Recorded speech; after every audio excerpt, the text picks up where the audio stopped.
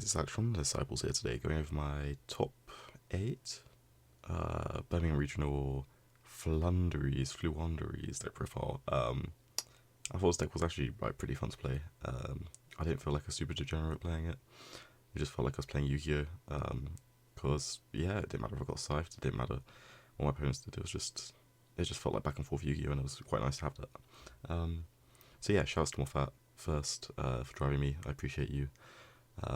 You'll get a regional top again once more. Then all the zero guys that were there, everyone I met.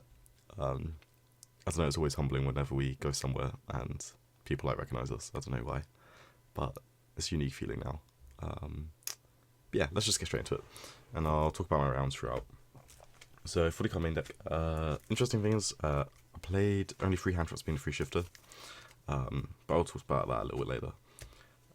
So, 3 Robin, 3 Eagle, 2 Shree, 1 Toucan. So, I played this, okay, I only played the Versatility. I played this very differently to how I've seen a lot of people.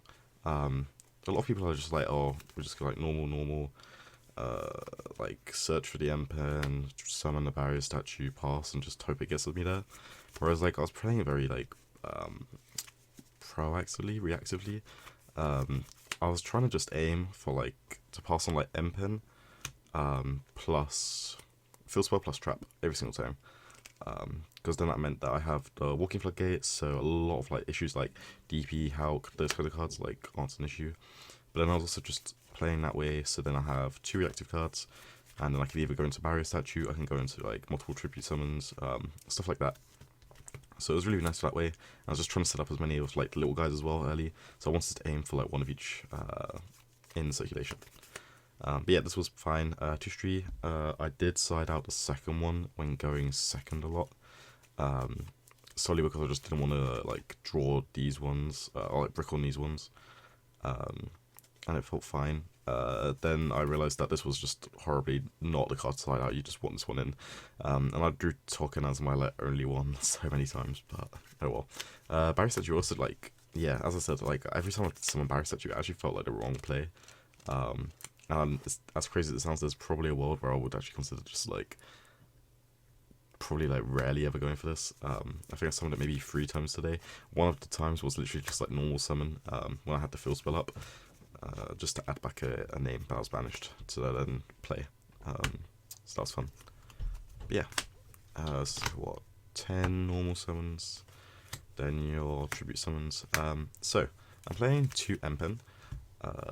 There's a lot of conversation that maybe you shouldn't be playing 2 M-Pen, but I decided I wanted the second one in, solely because it felt like it was good for the grind, and like, yeah, you're playing 4 tribute summons, you're gonna break, and there were a couple of games where I did just like draw 1 or 2 tribute summons and that was it, but like, I don't think that's a reason to not play 2 of this card, because I found it helps to grind a lot. It helps just even like playing like my cards, like it meant that I wasn't always forced to like go into one of these as my interrupt. I could go like through an M-Pen, get more tribute summons going, then go into one of these, and it just meant that like I always had one of these in circulation, especially as like cards like this doesn't get banished, so when it leaves the field, so then you have to like go like normal Shree, banish it with Shree and stuff like that, and it's just, it's a whole palaver really. These 2 really good. I did almost cut the avian going into this, but then came up a lot, so yeah, Riser also really good. There's also a world where like if you're not playing the avian, you play a second Riser. But yeah, then the only hand trap in my deck, 3-dimension shifter. Obviously this card's phenomenal. There's never a world where you're not playing this in this deck just because the innate synergy with it, but also just like it's probably the best hand trap you can play, so I would want to abuse it. And that's the main reason I'm playing this deck. Amongst others, I kind of just enjoy it, to be honest. 1 gold sarcophagus, 1 terraforming, 3 map, and 3 advent.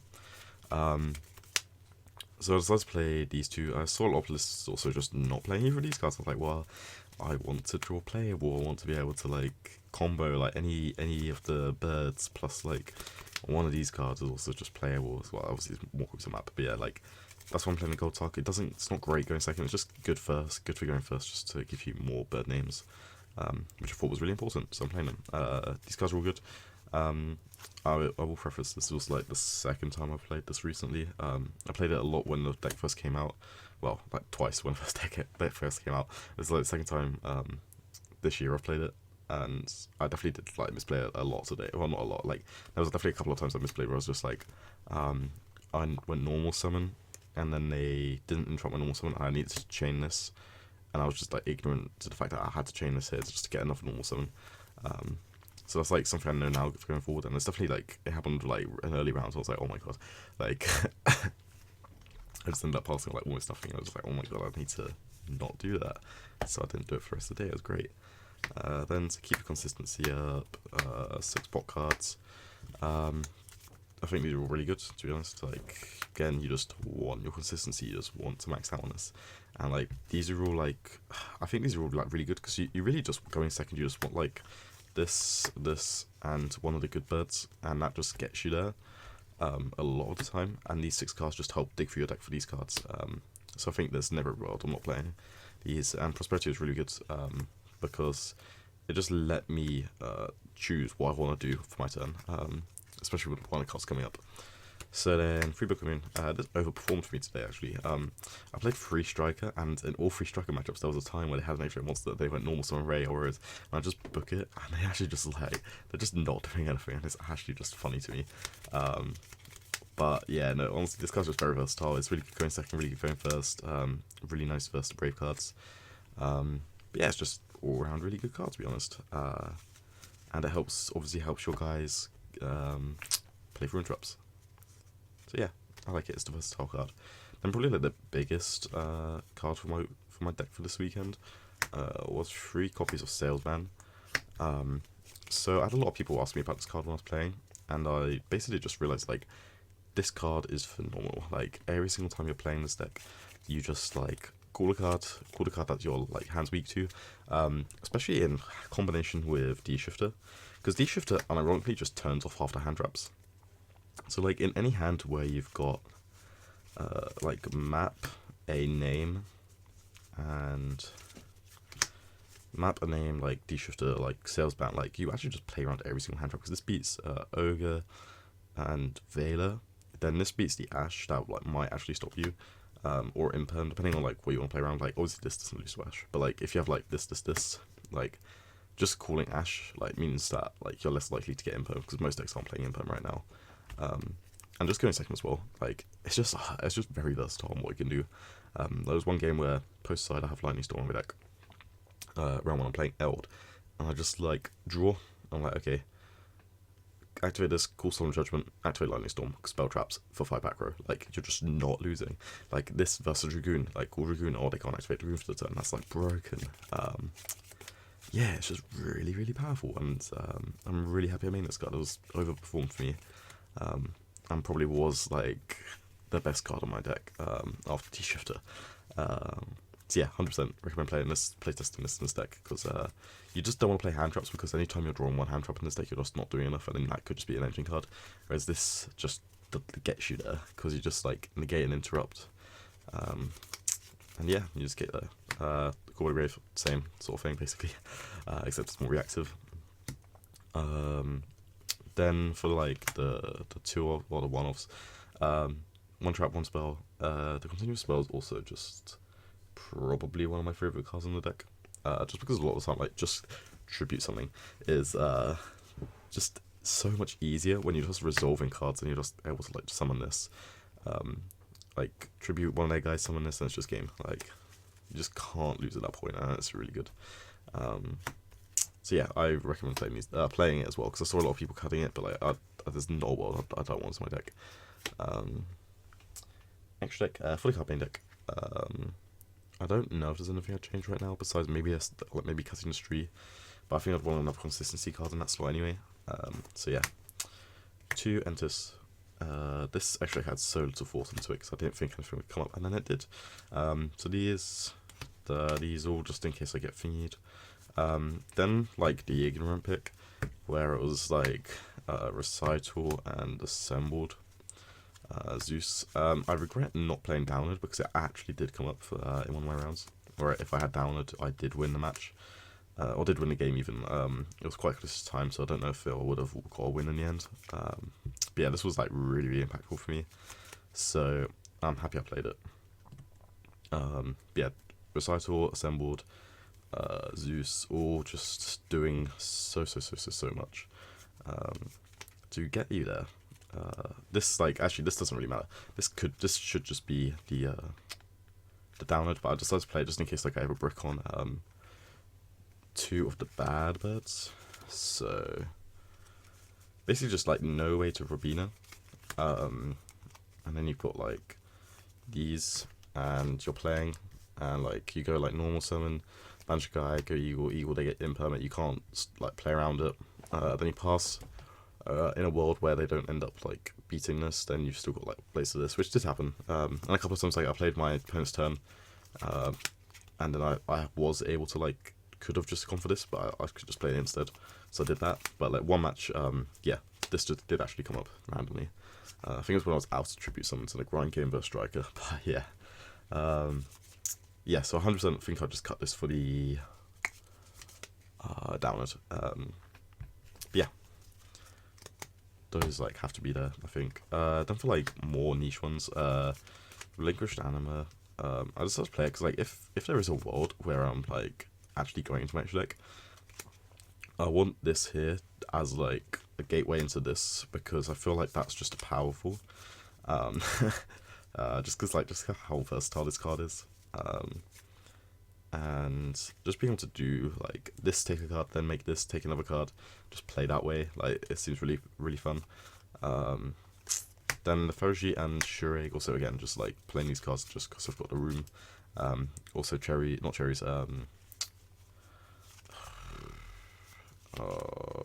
Invoke the Dogmatic card, the Maximus, that sends these, so this is like there for that reason. Then Less Link, and this because I realised I actually don't have an out to like the Cyber Psychonista, so I decided to play this because you can just link it away. Yeah, so yeah, the main change I would make was the download. I think there's something else I wanted to play as well, but I can't think of it at this time. Then side, Freelance is the only other hand trap in my deck. I just decided that like versus the decks you want like hand traps in verse, Lancey is probably there, like the next best one alongside D-Shifter, just because like if you open either of them, like it's probably doing enough. And yeah, I did have this first PK and it was, like, as I said, like really good. Free Twin and Free Lightning Storm. I just wanted enough cards for back row decks just so I wouldn't get blown out, because I feel like this can play like really well into a couple of back row cards, but when you're playing into like 5, it's just stressful. So I played these for that reason alone. Yeah, just nothing more to say about that. UK regionals, to be honest. Free Dark Ruler. I did consider maining this, but I decided I wanted to play Sales Band, as that was like my main flex spot. And I decided that Sales Band just felt like a better card into most matchups. And yeah, this card would have been awful if it was Sales Band. I don't think it would have topped if it wasn't, if it was Dark Ruler instead of Sales Band. Then the other win button. I did get greedy and play this. I'm not sure if it was right or not, but again, I haven't had much testing with this deck, so I decided I wanted more win cons, and yeah, it was overperformed as you can expect it would. Again, if it was an engine card, I reckon I would have probably still won those games anyway, but because it was just the auto win button, there's no way I'm losing. Yeah, so 7 rounds. I went 2-0 round 1 versus Old Lich Dragoon. It was scary, like I did my play, and then he just goes Realize Fusion, and I'm like, oh my god, I haven't summoned Barrier Statue yet, so that was a bit of a scary one. Round 2, I think this was Salad. It was either Salad or PK. Either way, I won both. 2-0 Salad and I think a 2-0 to PK guy. I can't remember. Sorry if I didn't tell you. Round 4, Striker versus Ashworth of Team Shift. That was 1-1. Game 1 was like over in like 4 minutes. I just like D-Shifter, play my stuff, and then he can't do anything, and it's kind of calm. Game 2, we grind, and I decided to have the streak here. And that like cost me the game there, because I think I would have won if I had the streak, because I was just missing one. name in the grind. I just needed one extra Floowandereeze monster name in my deck to resolve Advent and Robina. And in that situation, yeah, if I had the street, then I would have been able to resolve it, and I would have just been able to push and kill him, because he's only like 1,000 life or something. But yeah, then round 5, Striker again. This one was a 2-1, I think. Yeah, this one, he wasn't playing Brave, I don't think. But it was, yeah, it was really, really scary again. I think Striker's an awful matchup for this deck, because they've just got so many engine cards that just beat you. And you can't really react in that way, or in the way you would to all the other matchups. Then round 6 PK, 2-1. My hand wasn't great game 2 either, and then he just kept on Lancering me. And it was a bit struggle. Like, I think he resolved like 4 Lancia that game, and it was actually just stock awful. And I wasn't even dead, that's the worst bit. Yeah, I think that would have also been fine. Oh, what was I going to say? I also think I just de-shifted as well a bit too late. Because he went normal summon Cloak, and I got very greedy, and I could have just de-shifted there, and he would have just been DP passed with no access to Lancia. But actually, no, he has a Lancia in hand. But anyway, yeah, like, he wouldn't have been able to do anything. And then I could at least play on my next turn, even if I'm not like, even if he's like got DP, I could still like beat. I can still get rid of the Cloak, and then he just doesn't have resources for next turn. So it's fine there. And then I win game 3 open, like full combo plus Featherstorm, and I play through like hand traps, so it's fine. Then round 7, play Striker, table 1, sketchy again.